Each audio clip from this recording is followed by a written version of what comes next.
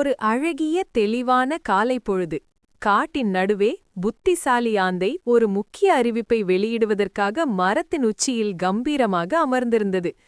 காட்டின் நண்பர்களே, கவனியுங்கள், இன்று நாம் ஒரு சிறப்பு பந்தயத்தை நடத்தப் போகிறோம்.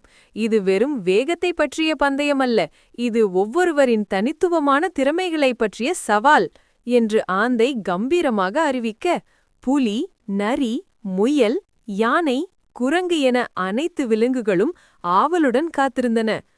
வனவிலங்குகள் கூட்டமாக கூடும் மெல்லிய சத்தம் ஆந்தையின் ஊஹூ சத்தம்.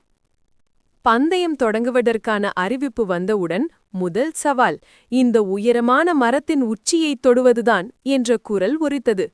எதிர்பார்த்தது போலவே மரம் ஏறுவதில் கில்லாடியான நம் குரங்கு மின்னல் வேகத்தில் மேலே தாழே நின்ற யானை தன் தும்பிக்கையை உயர்த்தி, ஆஹா, இது நம்ம வேலைக்கில்ல, இந்த கால்கள் மரமேற உதவாதே என்று சிரித்தது. சில நொடிகளிலேயே குரங்கு மரத்தின் உச்சியில் ஏறி தன் வெற்றியை மகிழ்ச்சியுடன் அறிவித்தது.